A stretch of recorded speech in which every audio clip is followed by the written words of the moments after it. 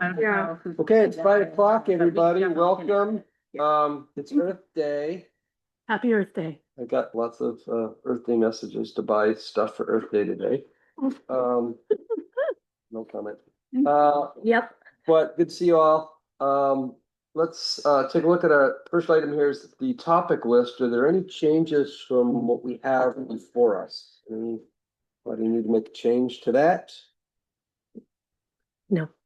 Okay. If not, we're going to go with this as presented, which means the next item here is our monthly staff presentation, overview of the Growing Habitat Program with Paul Fergino. Hi, Paul. I see you remotely there. We're going to give you 10, 15 minutes thereabout. We will hold our questions until the end. And if we have them, we'll come back to that at the end of your presentation. Thank you. We'll have to re-enable the share, though. Unfortunately, I'm speaking to you from the foot of Dead Horse Mountain here in Winthrop, so I'll go back to my vacation. Rub it in. I know. Yep. You should be able to share, there we Paul. go. Perfect. Thank you so much. Okay, let's see how I do the rest of this. Let's see. Can you see the Habitat team slide? We can, yes. Excellent. Okay. Thank you so much for giving me the opportunity to give you an update on our Habitat program. A lot of things have been happening since last time. I haven't even talked to you before. So basically, there's been a bunch of exciting changes over the last year. Both Alex Pepys and I are at our 1-year anniversary. And then TJ Jenkins, who came up through the crew, who some of you probably know, has just stepped into what I would describe as a construction coordination and project management position. So he's doing crew coordination and starting to take on projects. And then Ashley Lewis has just joined in as our new crew assistant, and Taylor Sharrow, who stepped into the crew lead role as TJ has moved into project management. So a bunch of shifting, some kind of cycling up, some new arrivals in the Habitat team. So, with all of that, I would say the precise boundaries of the Habitat team are pretty dynamic, and we want to keep them that way. I think it's been a tradition in the district for folks to take on lots of different roles and to be able to pinch hit and move around as necessary. And so that tradition continues. But Karen and Katrinka play key roles in including project management, within the Habitat space. And I would say the rest of us number 11 or 12, depending on how our vet core interns are allocated across the technical team. Sometimes we're on the ag side, sometimes we're on the Habitat side. And so totally we're 11 to 14, depending on how we're counting, to give you an idea of the number of people that are working in Habitat side. And that includes the crew counting as part of the Habitat group. And by and large, the Habitat side of the shop consumes the vast majority of our crew time. And so I would say while we do less agriculture and less outreach and less forestry than other shops at TCD, we do work in forests. We do lots of outreach, and we collaborate with agricultural partners on multi-benefit projects. So I think the blurry lines, serve our complex community. Oftentimes we're handing projects back and forth. Oftentimes we're working on a project that includes multiple elements, and so that kind of a seamless movement back and forth between the ag and the Habitat side of the technical shops is, I think, a strength. So during our landowner visits, the Habitat team talks to just about anyone about everything. But when it gets down to bringing resources, we play a particularly big role in bringing state resources into the county for work on coastlines and riverscapes. So rivers and streams and shorelines, that's really where the Habitat team brings a lot of resources into our community. And this is both on the Puget Sound and the Chehalis side of the divide, although we're still intersecting with forest lands and prairies and farmscapes as well. I'd say that, so just to sort of take a quick look under the hood, this is a quick grab of data that shows how we're paying salaries for our 14-person version of Habitat. Just kind of a snapshot of how cash is flowing in and paying for the staff that are working in the Habitat space. And so I'd say around a third of the money comes from the Conservation Commission awards, primarily the Riparian Grant Program. That's that orange chunk. And that's Climate Commitment Act money. And then between ongoing Skookumchuck sites and two new reach scale projects, the Chehalis Aquatic Systems Restoration Program in the top right there provides around a quarter of our staffing. So this is all Chehalis focused aquatic resource program. And then we still dip into what I would describe as OG or old guard salmon recovery and water quality funding. And that's sort of in the bottom right there. And so that is, additional sites cover around a quarter of our quarter of our staff funding. And then the remaining sixth is, then that top is really a mix. And I think this provides critical funding for what I would describe as system improvement and planning work. This includes things like the Habitat Strategic Initiative Lead or commerce funding coming through the county. And this is work that's not well supported by sort of the on the ground funding. I kind of joke we have our proletarian funding and our bourgeois funding. And so the bourgeois funding is what lets us stop and think and ponder what we're doing and figure stuff out, whereas a lot of money is oriented towards just to get trees in the ground. And so I think that mix is actually pretty valuable. So, however, I'd say all of these different funding sources all feed the same essential workflow, sort of shown on the left. From initial contact with outreach or assistance that generates a pipeline of projects that then are ready to go, and that justifies construction funding, and that ends up in maintenance, and that might take 5 to 7 years until plantings are free to grow. So we sort of accumulate a maintenance portfolio even as we're backfilling with new project sites. And I'd say that our projects generally come in two sizes in general. I would say re-veg projects are typically no more than a parcel or two. And we're kind of working landowner by landowner, in a piecemeal here and there whenever we can find a place to slip into a watershed. And then larger, sort of longer reach scale projects operate over tens of acres with either a single large landowner or a constellation of landowners that we've built up across a reach. And this often includes construction work in the channel. Those are really two kind of portfolios, the river restoration where we're working in the water and operating at a larger scale typically, and then also just the riparian portfolio where we're just constantly working site after site trying to build a constellation of sites across a watershed. I would say on the right-hand side, just to give you kind of more information about what it's like to try and run this thing, the programmatic challenge here is not currently about more and getting more and more sites. It's really about, I think, achieving what I would call smoothness, so that the crew and project manager caseload is balanced with the number and type of projects that are matched to the right level of cash and obligation and grants.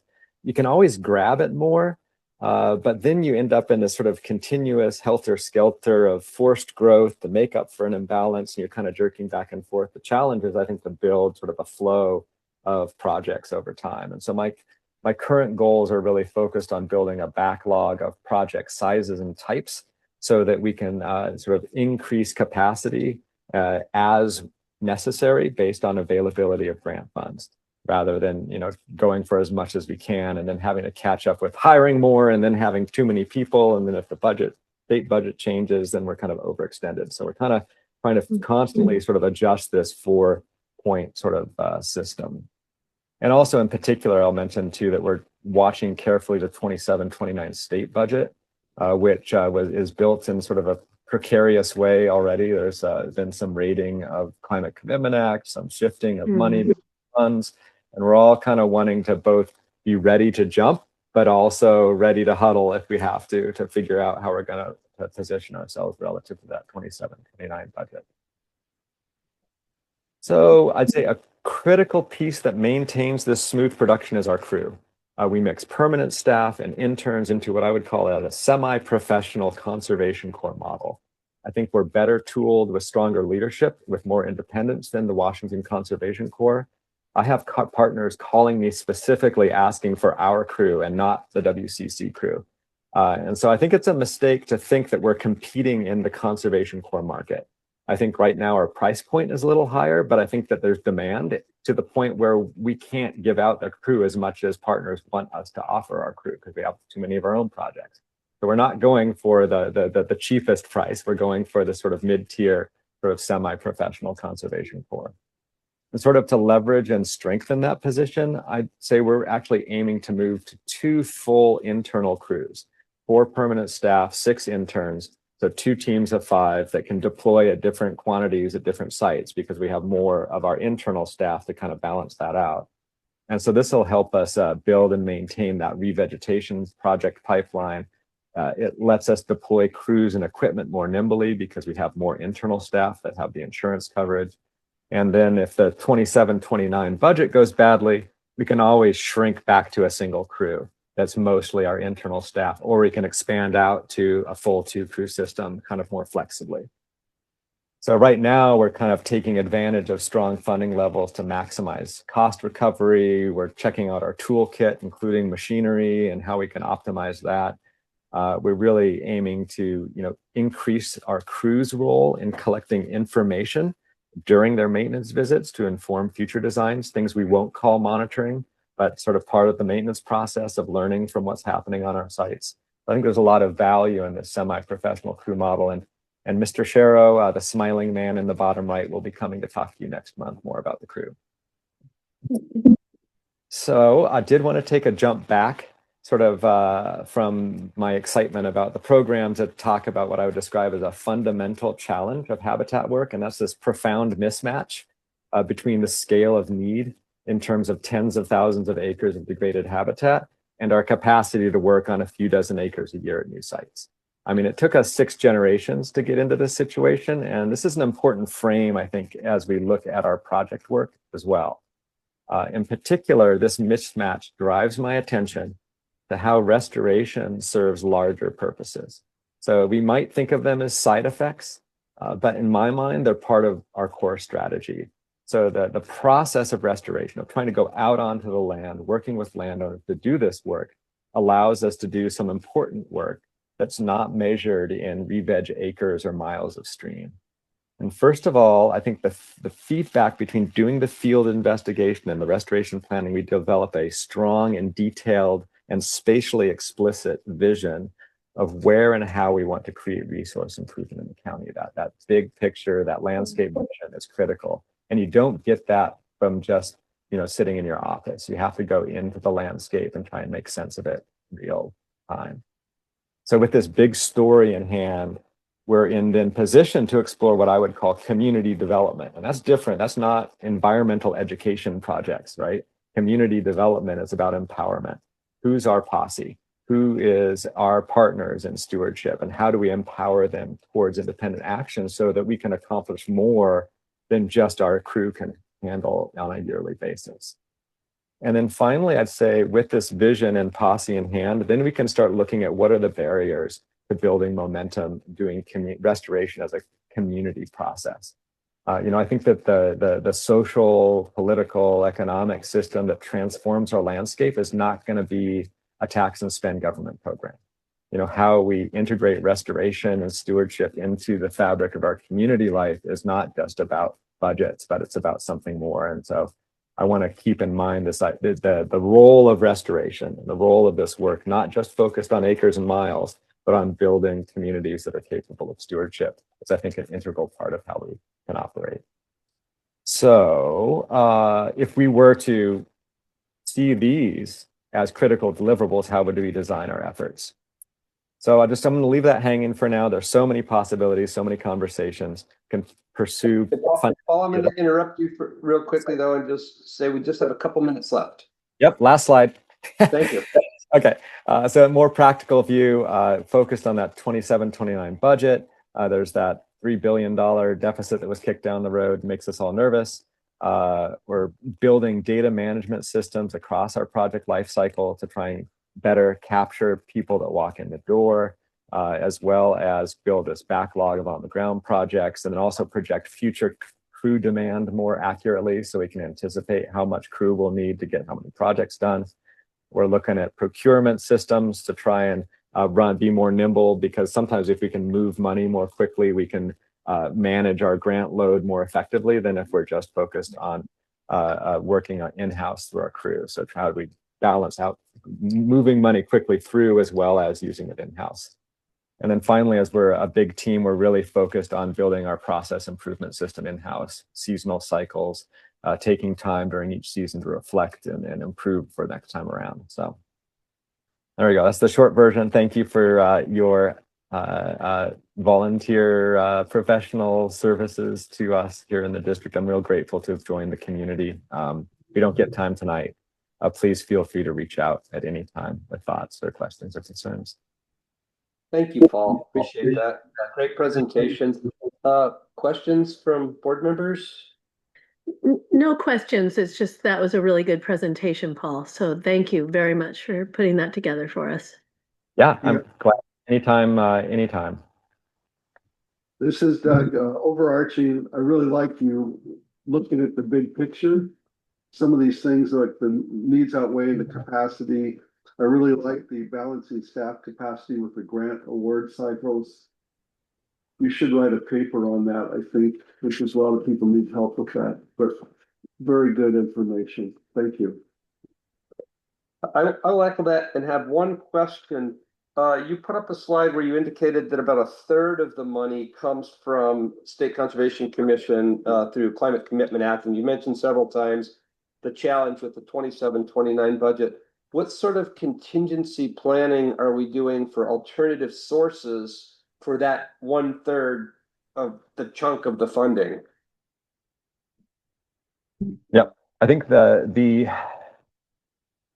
there's the counterbalance to that is ASRP. I would say if just like in raw terms, if you're looking at like if we had to grab at resources to try and keep everyone employed under a bad situation.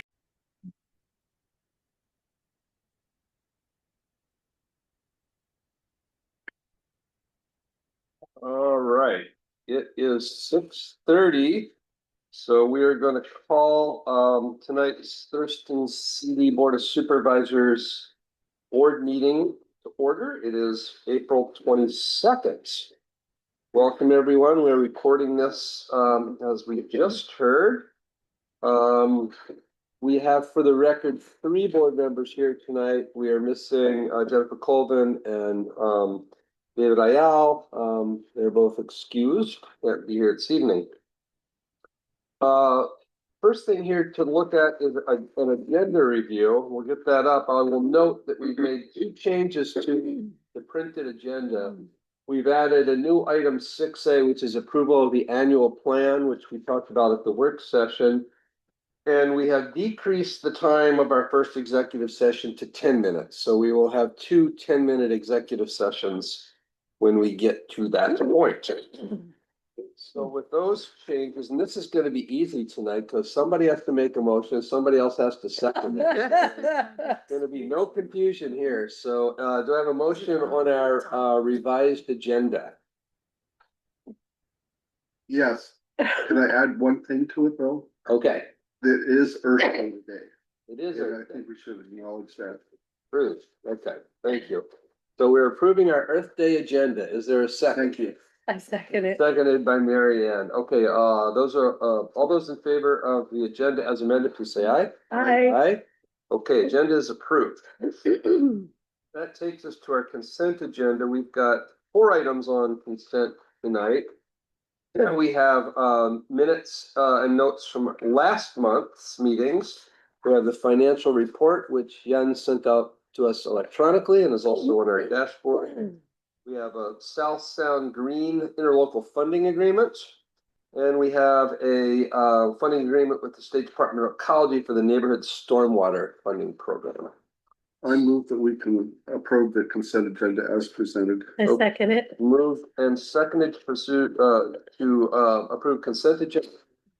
Say aye. Aye. Aye. Opposed? That has carried unanimously. Sorry, I'm not. Takes us to item 4. This is public comment. This is the point at which any member of the public can address the board for up to 3 minutes on a topic that's on their mind. It is also relevant to the work of the district. We do have a member of the public here tonight, so I will ask, do you intend to make public comment?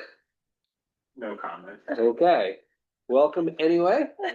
And we have no one online, so I think that means I will close public comment without comment. Moves us to partner reports. First up here is NRCS. We don't have an NRCS staff person here tonight. Is there anything to update on that, Sarah? Yeah, I am still and hopefully the outgoing local working group chair for the Puget Sound Local Working Group. It's Thurston County. Just an update or a note that our Puget Sound Local Working Group meeting is next Wednesday evening at 5 o'clock. You all have received calendar invites for that, but just a reminder that that's happening. NRCS staff will try as they are able, though, to send one of the members of their team to these meetings. So Yeah.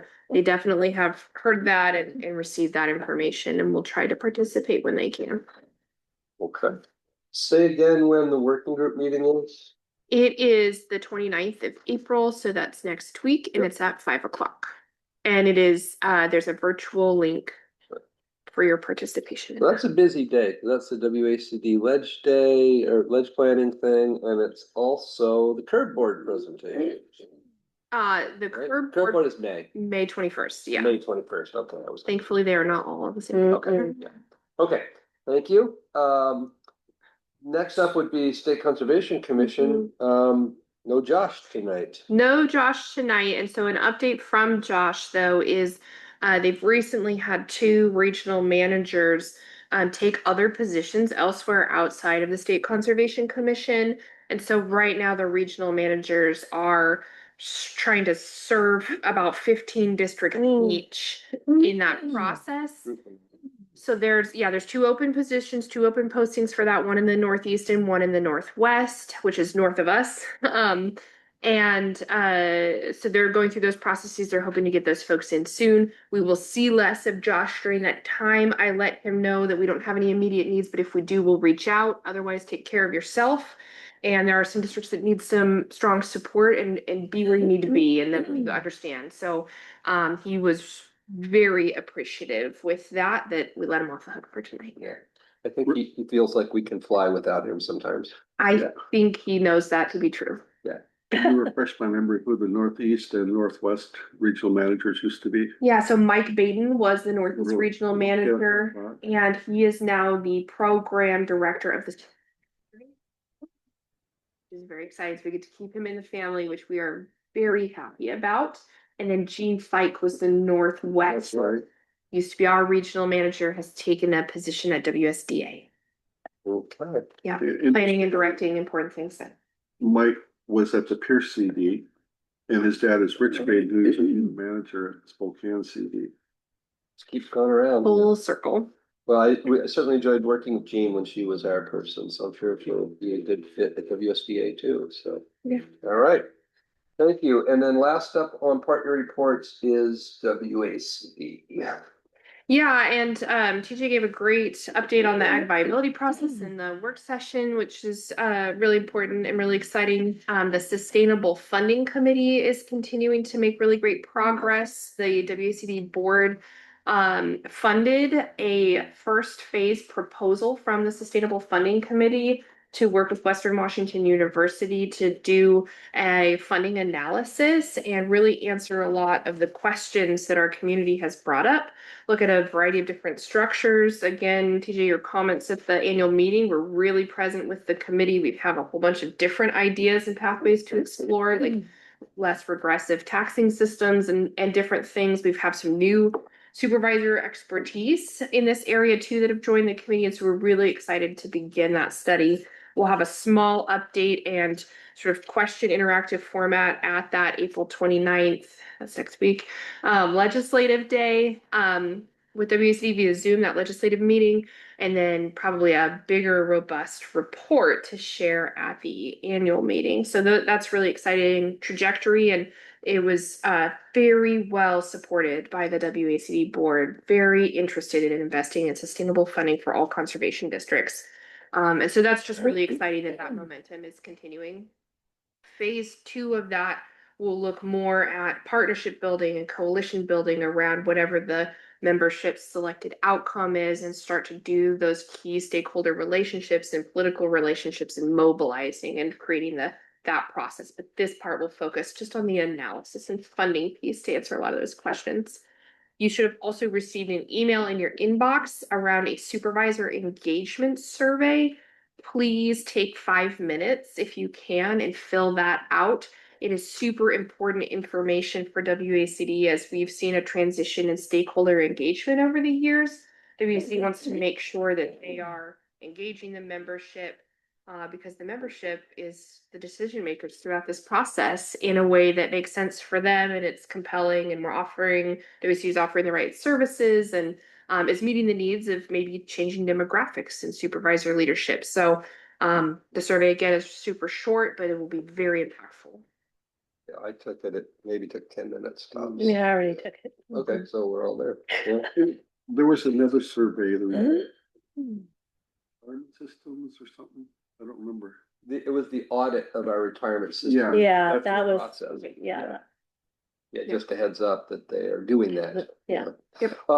Back to the WACD Ledge meeting next Wednesday, the 29th. Are either of you planning to attend that? It's a virtual thing. I think it's on my calendar, Okay. yes. I may or may not be able to, so I'm I'm not at least sure. glad Let's see. somebody will be there from the board, so. I'm Okay. not- Feels we have a WACD representative, I'd suggest an update. No, virtual And producer of course, it's roundtable. good to have Sarah there, but board members sometimes have a different perspective on things. Yeah, So- 5 p.m. Hmm? Is it at 5 p.m.? No, that's the local working group meeting, Yeah. the legislative. Oh, that's okay. 8 Let me to see if 8 it's to on 9. my, okay. Yeah, I mean. all right. They sent All me right, an that email concludes you partner forwarded. reports. Yeah. That moves us to item 6, governance. The first item here is the annual report, which we added to this agenda. We talked about last month, we talked about at the work session. We're now ready to take action on the annual report if there's a motion to do so. I'll move that we approve the annual report for this past year. I second it. Moved by Doug, seconded by Mary Ann. All those in favor of approving the annual report, say aye. I, Aye. Opposed? Motion carried unanimously. Item 6B is to take a look at next month's work session and board meeting agenda, our drafts. Get that up on the screen.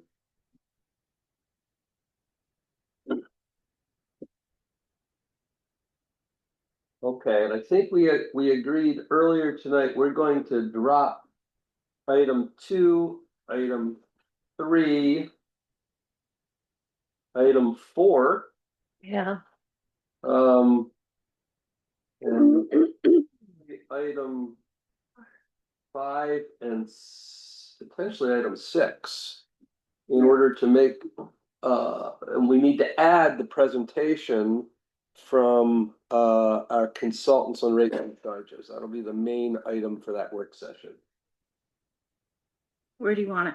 That'll be item 2. We're gonna take out the existing item 2, and that will be the rates and charges You presentation. can delete 2, 3, and 4 up there. So just Yeah. that content in the middle. Yep. So we're gonna have the main event, the rates and charges study and our deliberations on where we want to go with rates. And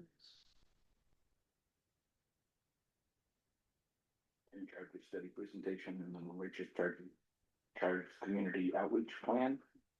That, Well, it's Public hearing. developing a proposal that we can take forward to the public meeting.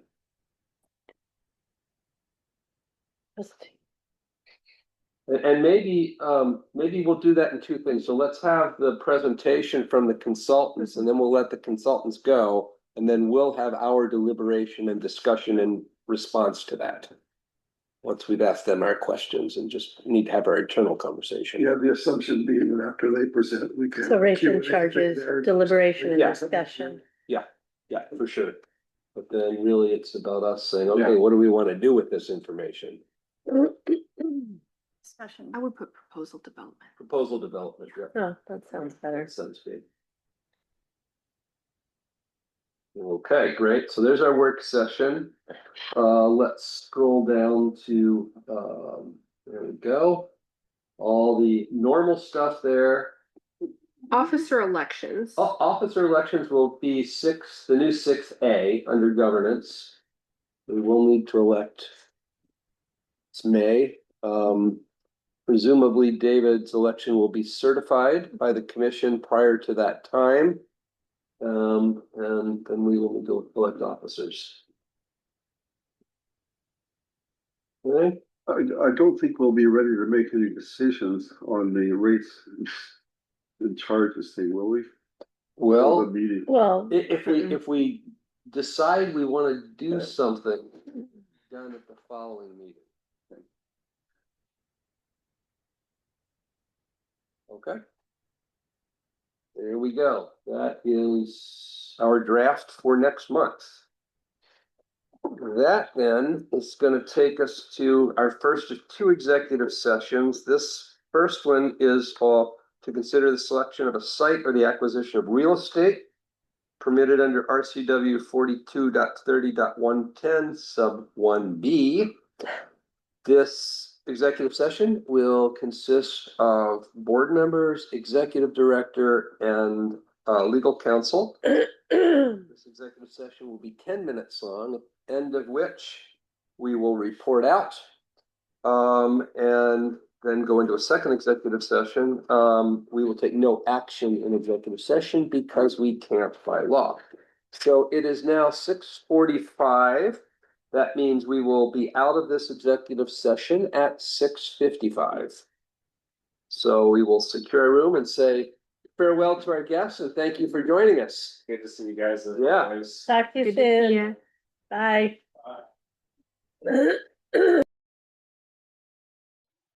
Okay, 6:55, welcome back. From our executive session discussing real estate. Had a briefing from staff and we asked some questions and made no decisions. That takes us to the second executive session. This executive session is to discuss potential litigation permitted under RCW 42.30.110 sub 1 sub I. This executive session will also include board members, staff, executive director, and legal counsel. It's a 10-minute executive session. We will come back in 10 minutes to report out and wrap up our meeting. It is now 6:56, so we will come back at 7:06.